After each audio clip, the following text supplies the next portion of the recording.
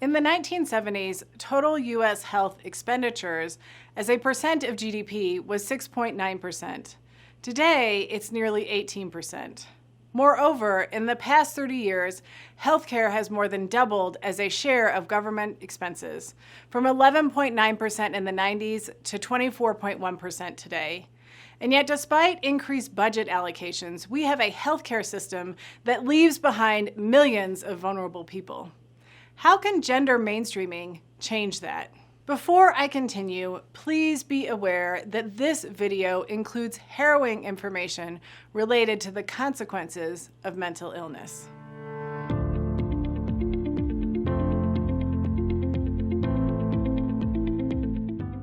Mental health is a vital pillar of well-being, but has been routinely stigmatized over the years. And while mental health affects all genders, its lethal consequences fall largely on our nation's boys and men. In the U.S., men represent 79% of all suicides, commit 90% of all homicides, are 77% of all homicide victims, and have a lower life expectancy than women due to poor self-care. What's causing such a disproportionate gender outcome? According to a meta-analysis of mental health research, society's strict definition of what it means to be a man plays a large role in these dire outcomes. Narrow definitions of masculinity keep men trapped inside the figurative man box. The rules of the man box dictate what men in our society can and cannot do. For example, men are not allowed to show emotion, they cannot display weakness or vulnerability. They are not allowed to depend on other people financially or emotionally. When race, ethnicity, and sexual orientation are added to the mix, the rules of the man box become even more complicated.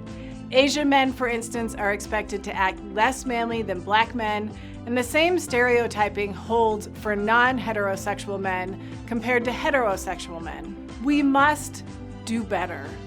We have a critical mass of men who want to play a different role in this society, such as the 48% of working dads who want to be stay-at-home dads but aren't, because their aspirations don't fit with society's image of masculinity. What we need is a healthcare system that recognizes mental health as a key component of well-being. It's good for our economy too. For every dollar invested in mental health, we could save $2.50.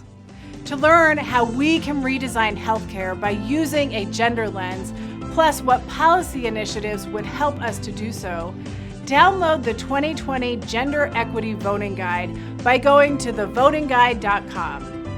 Until next time, be brave.